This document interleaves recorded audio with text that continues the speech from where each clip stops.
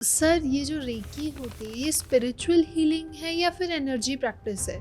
देखिए, दुनिया में जितनी भी चीज़ें हैं इन सबको कौन कैसे चला रहा है, इस यूनिवर्स को कौन कैसे चला रहा है, तो उसका एक सीधा सीधा वन वर्ड है, ये सारी चीज़ें एक एनर्जी चैनल है।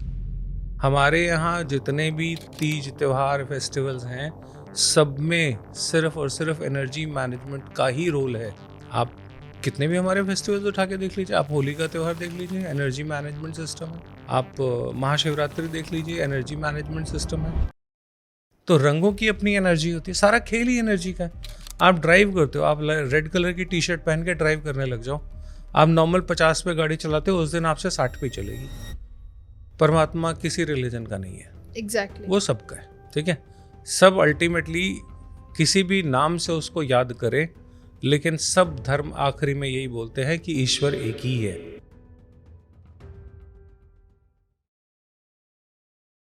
हेलो एवरीवन, मैं आपकी होस्ट और आपकी दोस्त ज्योति आज आपका वेलकम करती हूँ एक नए पॉडकास्ट के साथ। आज तक हमने जो एस्ट्रो राजीव सर के साथ बात करी है वो बड़े इंटरेस्टिंग टॉपिक्स के साथ बात करी है, चाहे वो भृगुनंदी नाड़ी हो, BNN, या फिर हो एस्ट्रो वास्तु, या फिर हम कहें सिग्नेचर एस्ट्रोलॉजी। लेकिन आज जो मैं आपके लिए टॉपिक लेके आई हूँ, या सर से बात करने के लिए जो मैं टॉपिक्स लेके आई हूँ, वो कुछ कहीं ना कहीं आजकल हम लोग बहुत सुनते आए हैं, देखते आए हैं, एंड सोशल मीडिया पे इस चीज़ के बारे में बहुत सारे मिसकंसेप्शंस भी हैं और बहुत ट्रेंडिंग में भी चल रहा है। That is recce.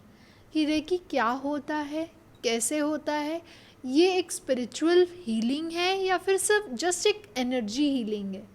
तो आज सर से सब कुछ जानेंगे और मैं तो बहुत एक्साइटेड हूँ, आई गेस आप लोग भी होंगे। सो चलते हैं सर के साथ। Welcome sir. थैंक यू जी, thank you for inviting me again, once again, thank you so much. Thank you so much sir, आपका थैंक यू। आपने इतना हमारे लिए टाइम निकाला। आपको हम बैक टू बैक बुलाते हैं अपने से बात करने के लिए, या आप अपनी ऑडियंस को कनेक्ट करने के लिए एक नए नए टॉपिक्स के साथ। तो आज सर जैसे हमने बात करी कि आज हम जानेंगे कि रेकी कैसे होती है, क्या होता है रेकी, एंड इनके क्या मिसकंसेप्शंस हैं, क्या इनके प्रोसेस रहता है रेकी का। तो पहले मैं ये जानना चाहूँगी कि आप रेकी में कैसे आए? रेकी एक वो सब्जेक्ट है जो मुझे ऑकल्ट में लेके आया। अच्छा। मेरी एंट्री जो है वो रेकी से ही हुई थी। रेकी ने ही मेरी अपनी लाइफ ट्रांसफॉर्म करी। आज मैं जो कुछ भी हूँ उसका सारा का सारा क्रेडिट जो है रेकी को जाता है, क्योंकि जितनी मोडालिटीज़ जानता हूँ मैं, उनमें से जो सबसे पहली मोडालिटी मैंने सीखी थी वो रेकी है। अच्छा। और बहुत इंटरेस्टिंग है इसमें। मैं जब 11th-12th में था, तो 12th में मेरे एक टीचर थे जिनसे मैं बायोलॉजी की ट्यूशन पढ़ने जाया करता था। ओके। वो ज़माना बहुत पुराना था, ना फ़ोन होते थे, ना मोबाइल होते थे, ना इंटरनेट होते था। उस ज़माने में कुछ नहीं होता था। और जिनसे मैं पढ़ता था वो मेरे स्कूल में मेरा जो क्लासमेट था उसके बड़े भैया थे। अच्छा। जैसे पॉकेट मनी के लिए पढ़ा लेते हैं ट्यूशन, ऐसे वो पढ़ाते थे। तो उन्होंने कुछ बातें बोली कि तुम लोगों को पता है, ये जो फिल्मों में देखते हो ना, भगवान जी हाथ उठाते हैं, लाइट निकलती है और सामने वाला बिल्कुल ठीक हो जाता है, तुम लोगों को पता है ये सच है? तो मेरे को लगा ही नहीं कि ये झूठ है, मेरे को लगा हाँ ये तो होता है। अच्छा। फिर उन्होंने कुछ और इससे रिलेटेड बातें बोली। उन बातों ने मुझे सरप्राइज़ नहीं किया। मुझे सरप्राइज़ सिर्फ इस चीज़ ने किया कि कोई बोल रहा है अच्छा। ये चीज़ें होती हैं कि नहीं होती हैं, इस बारे में मुझे कभी कोई डाउट था ही नहीं। वो जब बहुत आगे जाके मैंने अपने जो मेरे आध्यात्मिक गुरु हैं, जब उनसे मैंने पूछा कि ऐसा क्यों होते हैं, तो फिर उन्होंने कुछ बताया, वो मैं बाद में बात करूँगा। लेकिन मेरी एंट्री जो है तब हुई जब मैं 12वीं क्लास में था। इट वॉज इन 1986 और 7 की बात है। ओह। और उस ज़माने में कुछ नहीं होता था, मीडिया का कोई तरीका कनेक्ट करने का, जैसे आजकल तो हर हाथ में मोबाइल है, और वो उस ज़माने में कुछ नहीं होता था। एग्जैक्टली। तो वहाँ वो मेरा पहला एक ट्रिगर था जिसने मुझे बताया कि ये चीज़ें होती हैं, और मेरे को एक रियलाइजेशन, पता तो था बट वो रियलाइजेशन 20 साल के बाद मुझे वही सेंटेंस किसी और ने बोले, अच्छा। सेम सेंटेंस, लेकिन उसमें एक फ्रेज उसने और ऐड कर दिया कि ये सब आप भी कर सकते हो। अच्छा। तो मैं बोला ये मैं कैसे कर सकता हूँ, ये तो पता है ये चीज़ें होती हैं, लेकिन मैं कैसे कर सकता हूँ। तो जब मैंने उनसे पूछा तो उन्होंने बोला रेकी से। मैंने कहा ठीक है, मुझे तो रेकी सीखनी है। अच्छा। तो जिस दिन मेरा ये उन्होंने जब बोला, उसके तीसरे दिन मैं रेकी की क्लास में था। अच्छा। मैं रेकी सीखने चला गया। वो एक क्यूरियोसिटी आपको बैठने नहीं दी होगा। वो ऐसे लगता है जैसे बहुत दिनों से एक कोई डिज़ायर थी, वो आज पूरी होने को आई है। एग्जैक्टली। एक सेंटेंस था जो 2 पार्ट में कंप्लीट हुआ। एक हुआ 20 साल पहले, आधा हिस्सा, और आधा हिस्सा जो है वो 20 साल के बाद कंप्लीट हुआ। एक किसी एक इंसान ने बोला, दूसरा किसी दूसरे इंसान ने बोला। तो मैं तो ढूंढ रहा था कि कैसे ये पूरा होता है। सोल ढूंढती है असल में। एग्जैक्टली। तो मुझे पता लग गया कि ये तो रेकी से हो सकता है, तो मैं रेकी सीखने चला गया। जब सीखा तो उसके बाद समझ में आया कि ये क्या होती है, क्यों होती है, कैसे इसके प्रैक्टिस करते हैं। सारी चीज़ें धीरे धीरे करके समझ में आने लग गई।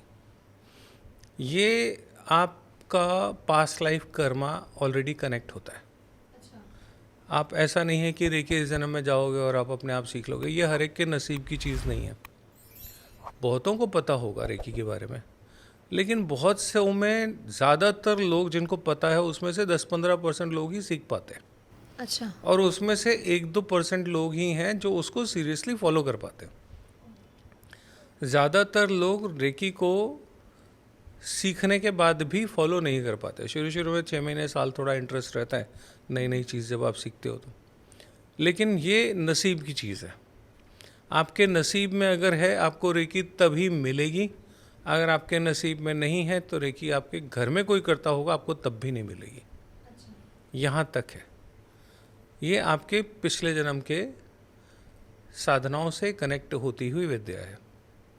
अगर आपने पिछले जन्म में कुछ अच्छी साधनाएं कर रखी हैं तो इस जन्म में आप वापस से उसी अपनी ज्ञान से, अपनी साधना से इस लाइफ में रिकनेक्ट होते हो। तो रेकी आपको आपके पास्ट लाइफ की साधनाओं से रिकनेक्ट करने का नाम है। अच्छा। इसीलिए ये हर एक के नसीब में नहीं होती। साधनाएं हर एक का भविष्य या हर एक का नसीब नहीं हुआ करती। कुछ लोग होते हैं जो बने इसी काम के लिए हैं, तो ये सबके लिए नहीं है।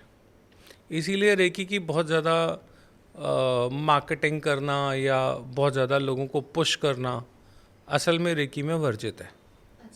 नहीं करना चाहिए। जिसकी डेस्टिनी में है वो तो पहुंच ही जाएगा, और जिसकी डेस्टिनी में नहीं है आप उसको जितना मर्जी बुकिंग कर लो वो नहीं सीखेगा। रेकी की मार्केटिंग मना है नियम से, तो ये बात है। तो सर ये जो रेकी होती है ये स्पिरिचुअल हीलिंग है या फिर एनर्जी प्रैक्टिस है? देखिए, दुनिया में जितनी भी चीज़ें हैं इन सबको कौन कैसे चला रहा है, इस यूनिवर्स को कौन कैसे चला रहा है, तो उसका एक सीधा सीधा वन वर्ड है, ये सारी चीज़ें एक एनर्जी चैनल है। इस चैनल के 2 पार्ट हैं, एक है पॉजिटिव चैनल, एक है नेगेटिव चैनल। इस पूरे यूनिवर्स में सिर्फ एक यही सिस्टम है जो काम करता है। अगर आपका समय खराब चल रहा है तो आप यूनिवर्स के इस चैनल से अलाइंड नहीं हो, और अगर आपका समय अच्छा चल रहा है तो आप यूनिवर्स के इस चैनल के साथ अलाइंड हो। बस इतना सही है। अच्छा। पूरी सृष्टि इस चैनल के ऊपर ही चलती है। ये रेकी का चैनल है, ठीक है। और रेकी एनर्जी फील्ड्स के बारे में बात करती है। 2 तरह की एनर्जी होती है, पॉजिटिव एनर्जी और नेगेटिव एनर्जी। इसके अलावा दुनिया में कुछ है ही नहीं। जिसने इन चैनल्स को मैनेज कर लिया उसके लिए लाइफ मैनेज हो गई, जिसने नहीं किया उसकी लाइफ में प्रॉब्लम्स हो जाती हैं। तो रेकी जो है वो सारा का सारा एनर्जी मैनेजमेंट सिस्टम ही है। हमारे यहाँ जितने भी तीज, त्यौहार, फेस्टिवल्स हैं, सब में सिर्फ और सिर्फ एनर्जी मैनेजमेंट का ही रोल है। अच्छा। बिल्कुल। वो कैसे? आप कितने भी हमारे फेस्टिवल्स उठा के देख लीजिए, आप होली का त्यौहार देख लीजिए, एनर्जी मैनेजमेंट सिस्टम है। आप महाशिवरात्रि देख लीजिए, एनर्जी मैनेजमेंट सिस्टम है और कुछ है ही नहीं। आपको लगता होगा अलग अलग है, लेकिन हमारे जो बड़े थे उनको पता था कि कैसे मैनेज करना है। जैसे आप देखिए होली कब होती है? होली उस समय में होती है जिस समय में हमारे यहाँ वेदर चेंज हो रहा होता है, ठीक है।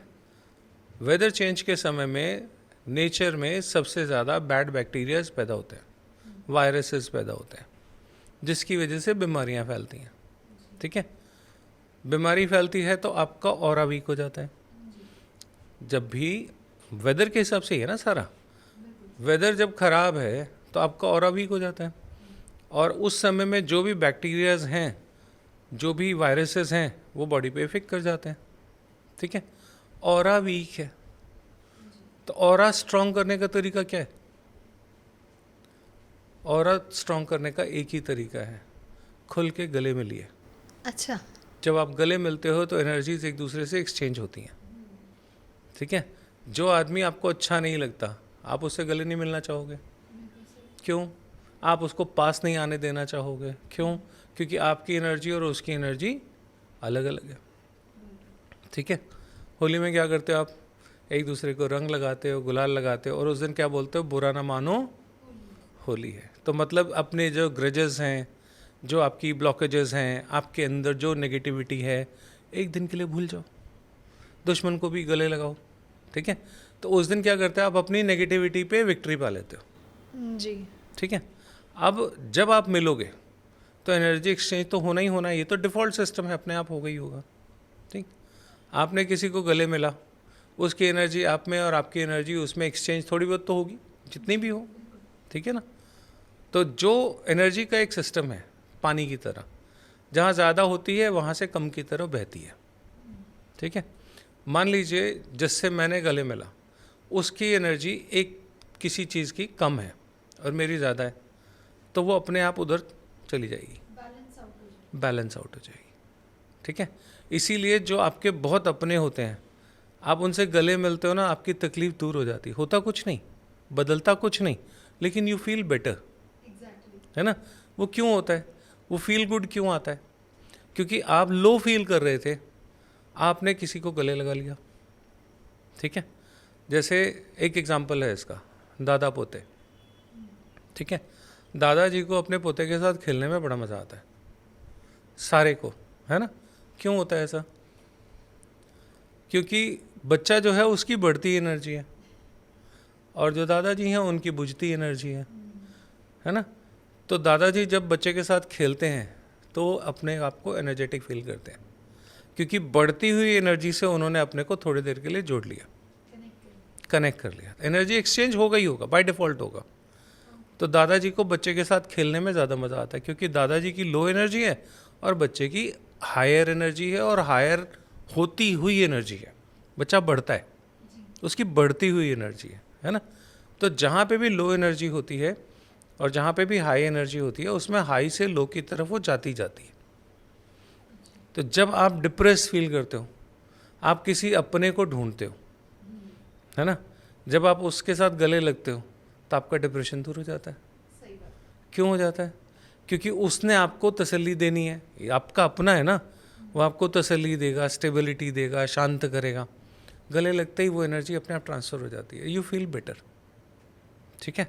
होली में हम क्या करते हैं? गले लगते हैं, और उसमें भी कलर्स जो हैं होली में वो और ज़्यादा साइंटिफिक हो जाते हैं। जो प्लैनेट हैं उनके कलर्स होते हैं, ठीक है। सैटर्न का ब्लैक है, मून का वाइट है, रेड मंगल का है, सारे प्लैनेट्स के कलर होते हैं ना। होली में क्या होता है? आपके शरीर पे सारे कलर्स आ जाते हैं। तो जो भी प्लैनेट आपका कमज़ोर होगा वो एनर्जी कलर से ले लेगा। अच्छा। आपको इंजेक्शन लगता है तो क्या होता है? हीमोग्लोबिन कम है तो हीमोग्लोबिन के लिए इंजेक्शन दे देते हैं। तो सेम चीज़ आपके अंदर इंजेक्ट कर देते हैं, और मैं कहूँ कि आपको लाल रंग से रंग दिया जाए तो नहीं होगा असर? बिल्कुल होगा। रंग का भी तो असर पड़ता है ना। तो रंगों की अपनी एनर्जी होती है, सारा खेल ही एनर्जी का है। आप ड्राइव करते हो, आप रेड कलर की टी शर्ट पहन के ड्राइव करने लग जाओ, आप नॉर्मल 50 पे गाड़ी चलाते हो, उस दिन आपसे 60 पे चलेगी अपने आप होगा, क्योंकि आपने रेड कलर की शर्ट पहन रखी है। अच्छा। ये अपने आप कभी नोट करके देखिए, कलर अपनी एनर्जीज देते हैं। तो होली जो है ये प्योरली रेकी का एक फेस्टिवल है।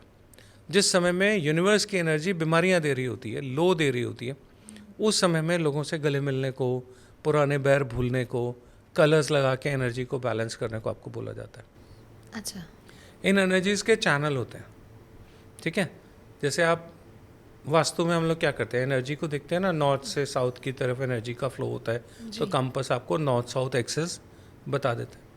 ऐसे और भी एक्सेस होते हैं जी। तो नीचे धरती के अंदर भी तो एनर्जी का फ्लो होता है ना। एग्जैक्टली। नॉर्थ मैग्नेट है, नॉर्थ अपनी तरफ खींच लेता है, साउथ रिपल्शन देता है, वो धरती का एनर्जी चैनल है। पहाड़ों का अपना एनर्जी चैनल होता है, ज़मीन का अपना एनर्जी चैनल होता है, सब चीज़ों के एनर्जी चैनल्स होते हैं, और ये सारे यूनिवर्स के साथ एक ही सिंक में होते हैं। अच्छा। जब भी आप, अब महाशिवरात्रि है हमारी, महाशिवरात्रि में क्या बोलते हैं, सारा दिन, सॉरी सारी रात महाशिवरात्रि के दिन ध्यान करना चाहिए। क्यों? आज महादेव की ब्याह है, महादेव का ब्याह है, शादी है उनकी, ठीक है। आपको क्या लगता है महादेव ऐसे वैसे किसी दिन में ब्याह कर लेंगे? महादेव का ब्याह भी कोई एक ऐसी वैसी चीज़ नहीं है, बहुत ही साइंटिफिक चीज़ है। अच्छा। साइंटिफिक कैसे है?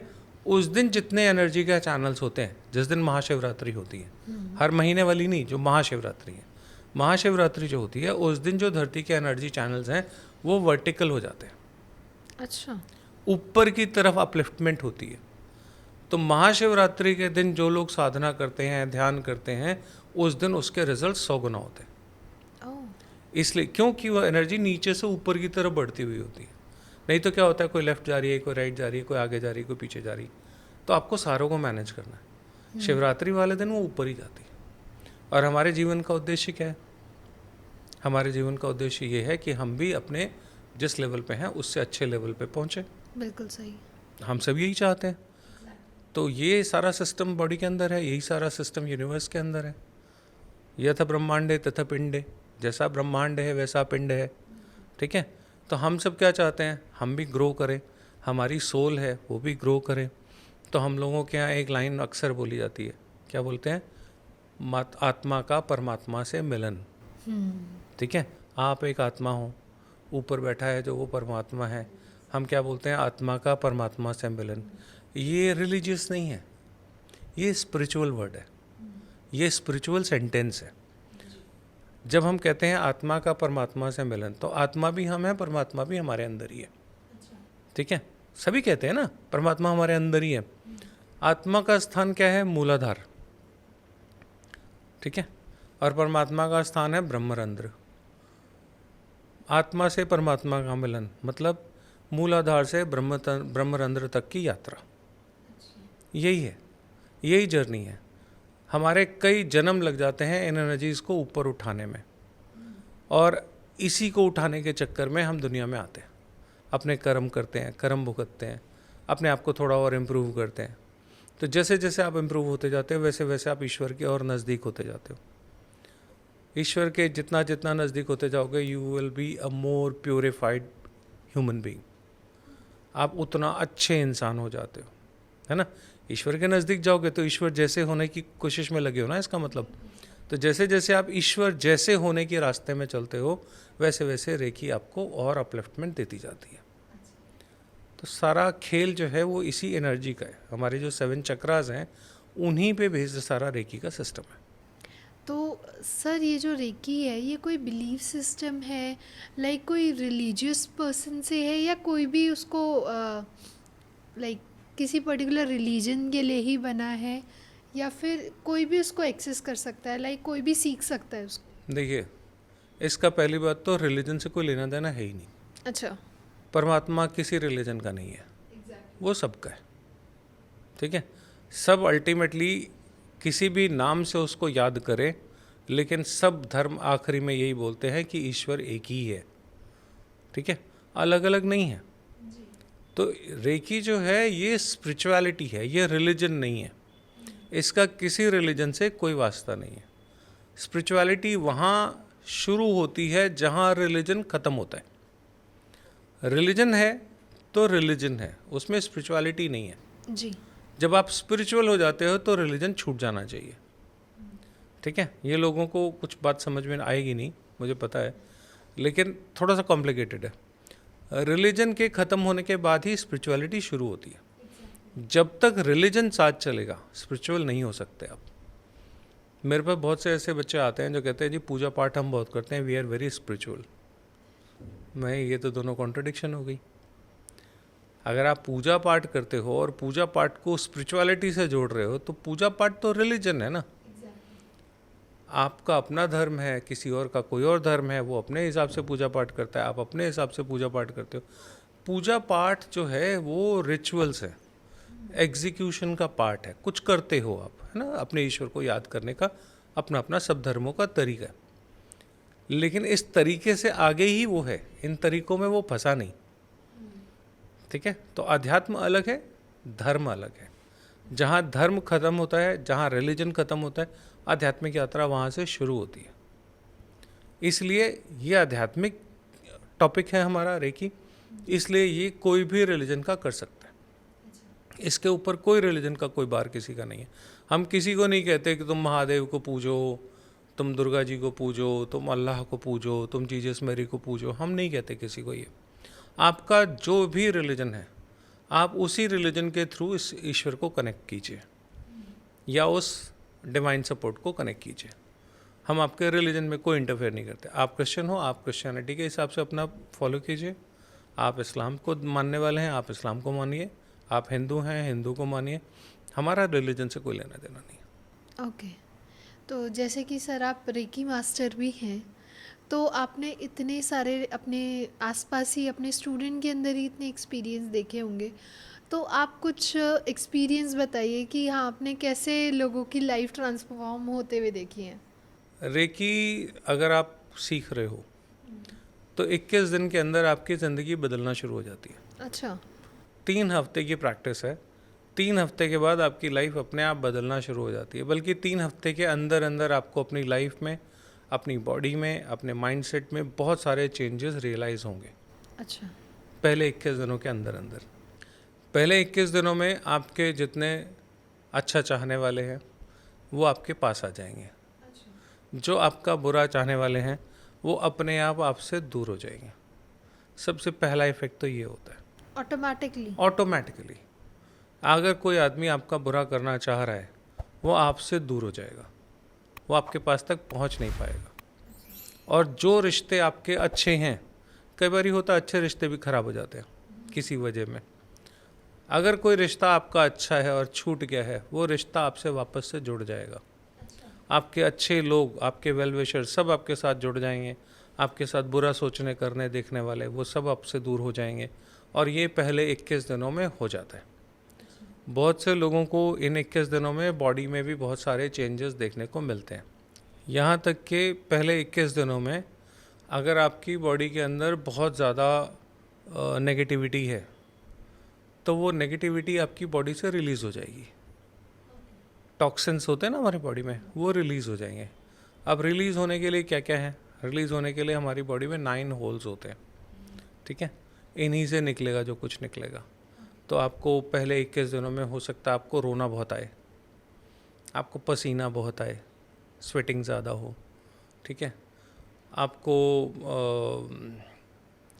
बहुत से लोगों को लूज़ मोशन हो जाते हैं, बहुत से लोगों को वोमिटिंग होती है। बहुत तरीक़ों से होता है ये।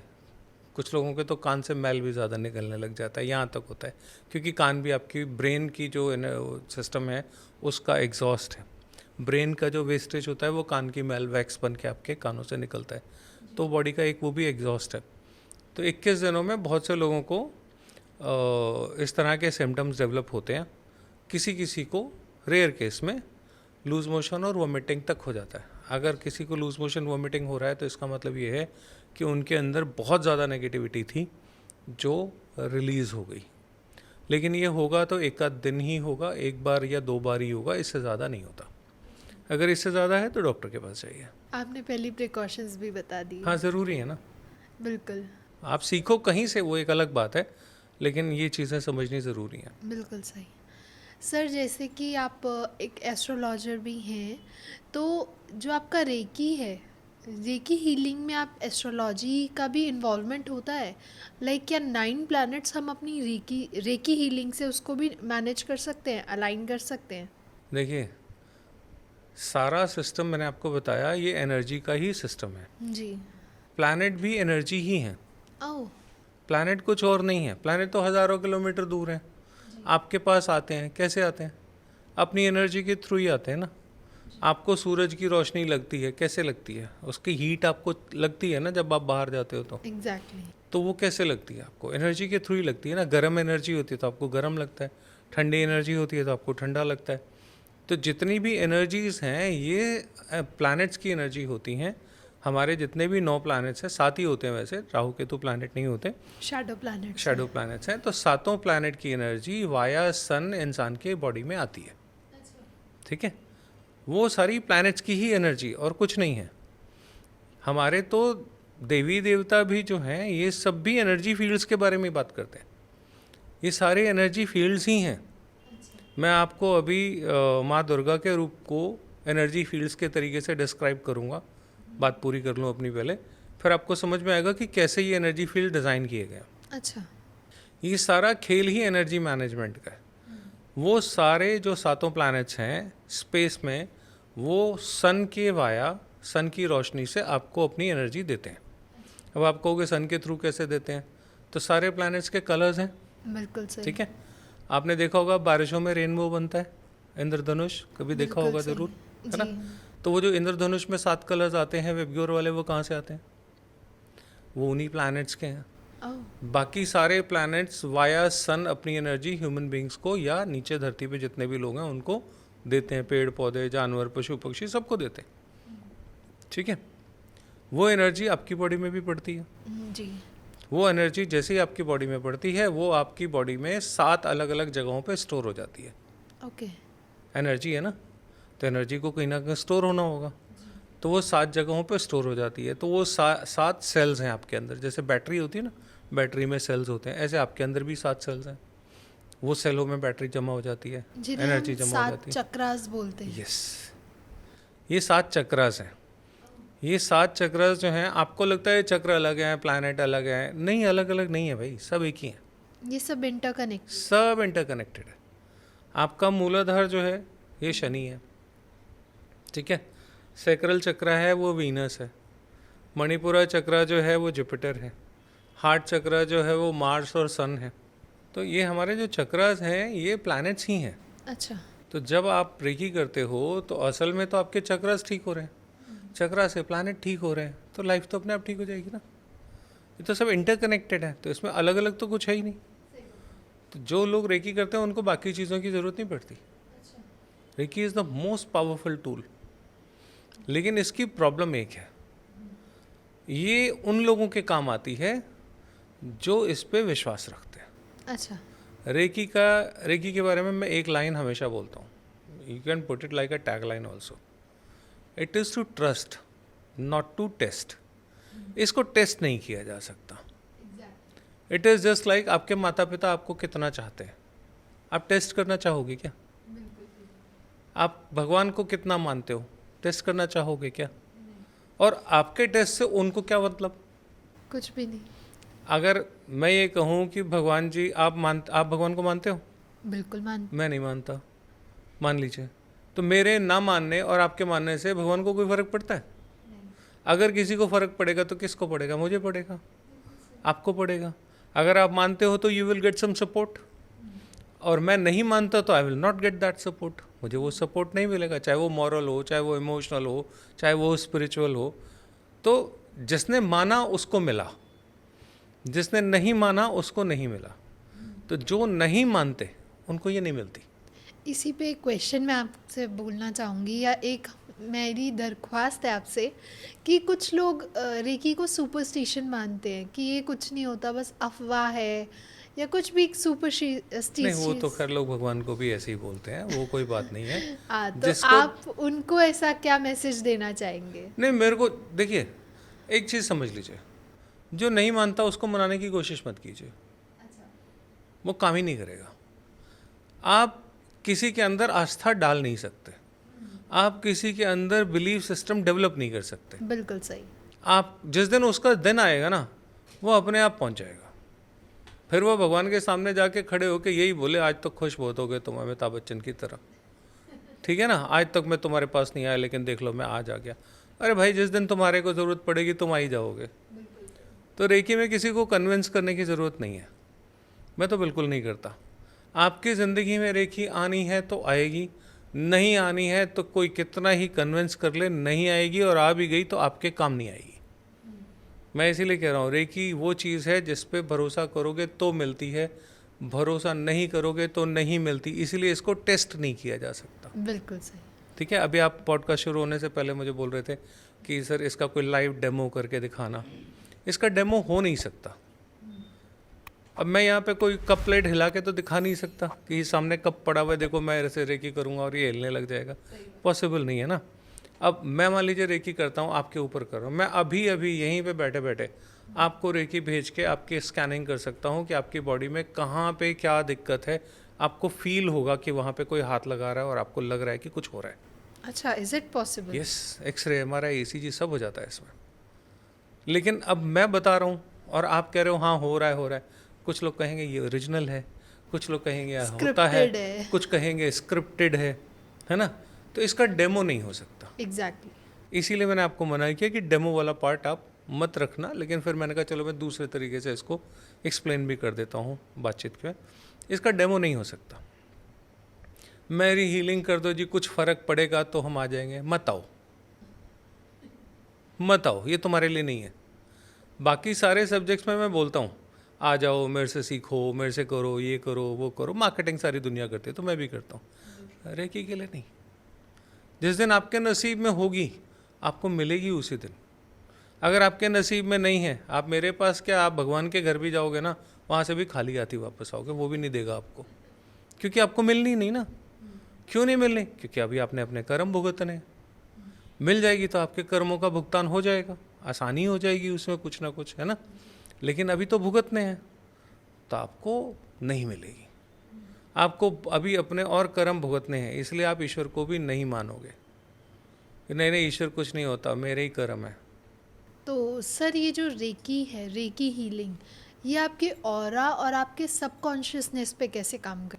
हमारे 7 शरीर होते हैं। हमारे जो आपको दिख रहा है जो शरीर वो एक है, लेकिन जो नहीं दिख रहे वो 6 और है।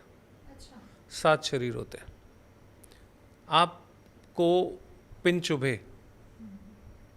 है ना, मान लीजिए माचिस की तीली जलती हुई, मोमबत्ती जलती हुई मैं आपके बिल्कुल पास में ऐसे रख दूं, हीट लगेगी, गरम लगेगा, है ना। चीखोगे ना, भागोगे ना, चिल्लाओगे ना। लेकिन जब हमारे दिन पूरे हो जाते हैं, जब हम दुनिया से जाते हैं, हमें जिंदा जब नहीं रहते, हम जाते हैं तो हमें चिता में जला दिया जाता है जी। तब क्यों नहीं चीखते? पूरी आग में होते हो फिर क्यों नहीं चीखता कोई? कभी सोचा है? जिंदा रहते जो एक ज़रा सी आग की लौ आपको हिला देती है, मरने के बाद पूरा पूरा जल जाते हो तब भी कुछ नहीं होता। क्यों? क्योंकि इस शरीर को कुछ नहीं होता। इस शरीर के अंदर जो दूसरा शरीर है, तकलीफ उसको होती है। प्राण जो आपके अंदर होते हैं, आपकी आत्मा जो होती है, तकलीफ उसको होती है। मोमबत्ती स्किन को नहीं जलाती, उस अंदर आत्मा को जलाती है। हीट उसको लगती है, गर्मी उसको लगती है। आत्मा निकल गई, अब शरीर मिट्टी का है, जला दो, कुछ भी नहीं करेगा, है ना। तो जो आपकी सोल है, दर्द उसमें है। तो एक शरीर वो है। अच्छा। जैसे डिप्रेशन है, डिप्रेशन में क्या होता है, दिमाग में कोई ऑर्गन है जो खराब होता है? कोई खराब नहीं होता।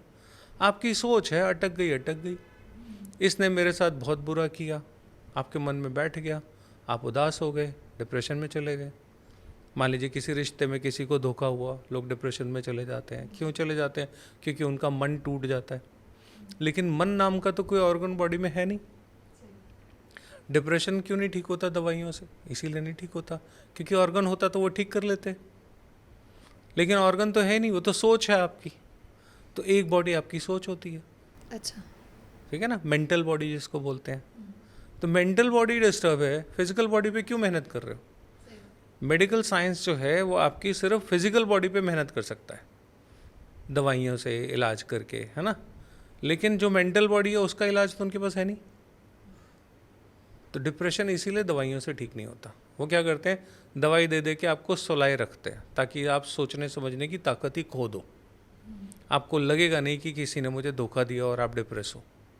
आपका दिमाग मार देते हैं वो, आपकी सोचने समझने की ताकत मार देते हैं वो जो दवाइयाँ देते हैं। ठीक नहीं होता। क्यों? क्योंकि ये फिजिकल बॉडी की एरर नहीं है, ये मेंटल बॉडी की एरर है। तो जब मेंटल बॉडी पे इलाज करोगे तब मेंटल बॉडी की प्रॉब्लम ठीक होगी। मेंटल बॉडी की प्रॉब्लम है, फिजिकल बॉडी पे दवाइयाँ दे रहे हो, कैसे ठीक हो जाएगा? सही बात है।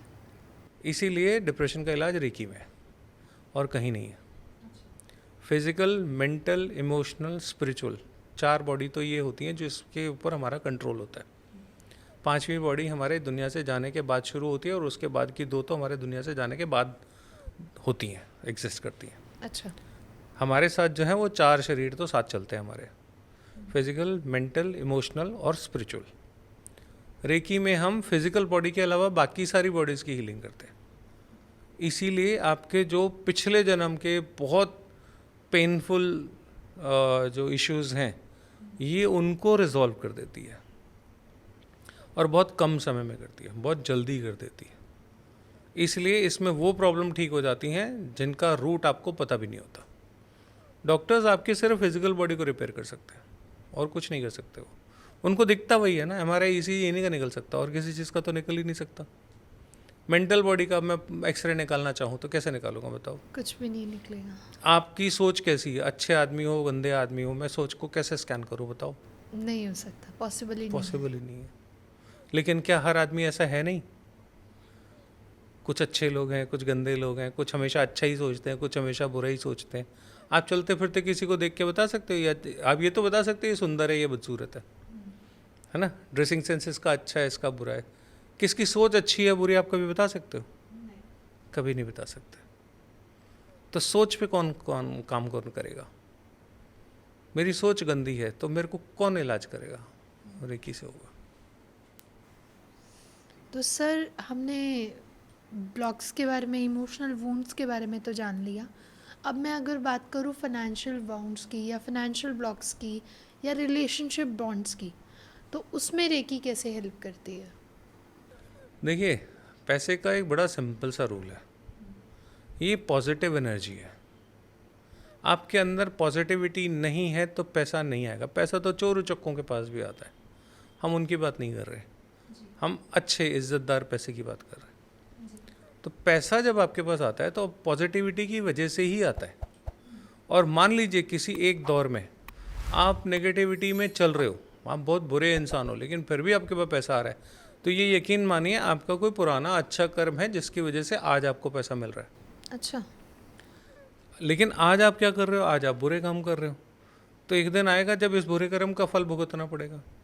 आपने पीछे कोई अच्छा कर्म किया, आपको पैसा आ जा रहा है। आज आप बुरा कर्म कर रहे हो, इसका रिजल्ट आपको आगे देखने को मिलेगा। हम लोग तो इंसान है, हमें तो अपने 70 साल की ज़िंदगी दिखती है, लेकिन असल में तो आप 70 साल की ज़िंदगी नहीं हो। सोल की उम्र तो लाखों साल है। उसमें से आपको जो पता है वो सिर्फ इन 70 सालों के बारे में है ना। पीछे क्या हुआ, आगे क्या होगा, वो कमाई कहाँ से आएगी? वो आपके कर्मों से आएगी। तो अगर आप अच्छे कर्म पीछे करके आए हो तो इस जन्म में आपके पास खूब पैसा आएगा। ठीक है ना? अब इसको ठीक करना है तो कर्म ठीक कर लो, है ना? पिछले जन्म में प्रॉब्लम थी, इस जन्म में पैसा नहीं आ रहा, तो हीलिंग कर लो, पिछले जन्म की प्रॉब्लम ठीक हो जाएगी, इस जन्म में पैसा आना शुरू हो जाएगा। और रिलेशनशिप्स, सारी चीज़ें एक ही चीज़ पे चलती हैं, या तो रिलेशन पॉजिटिव है या तो नेगेटिव है। जैसे ही आप हीलिंग करते हो, you transformed into a person, this positive person. तो जब आप पॉजिटिव हो जाते हैं तो पैसा भी आता है, रिश्ते भी आते हैं, सब कुछ आता है। तो ये जो आप हीलिंग करते हैं ये टच के थ्रू होती है या फिर विदाउट टच? ना ना ना, हम तो अट्यूनमेंट भी डिस्टेंस पे ही करते हैं। Distance attunement is the very unique phenomena. और ये बाकी जो टच थेरेपी से जो अट्यूनमेंट करते हैं उससे उससे बहुत ज़्यादा पावरफुल है। ओह। टच में दिक्कत है, मान लीजिए सामने कोई बैठा है लेकिन वो मेरे से सोल कनेक्ट नहीं हो रहा, तो टच का भी कोई मतलब नहीं है ना? लेकिन अगर कोई दूर बैठा है लेकिन मेरे से कनेक्ट है, अच्छा एक बात बताओ, आपके मम्मी पापा ने आपको आशीर्वाद देना है तो आपका वहाँ होना ज़रूरी है? नहीं। वो तो दूर से भी दे सकते हैं ना। तो ऐसे रेकी है, रेकी भी तो भगवान की है।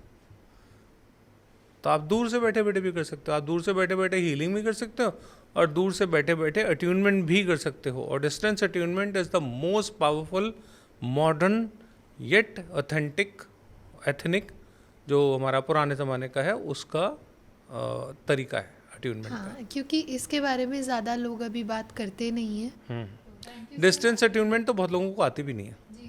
थैंक यू, आपने इस बारे में भी नॉलेज दी।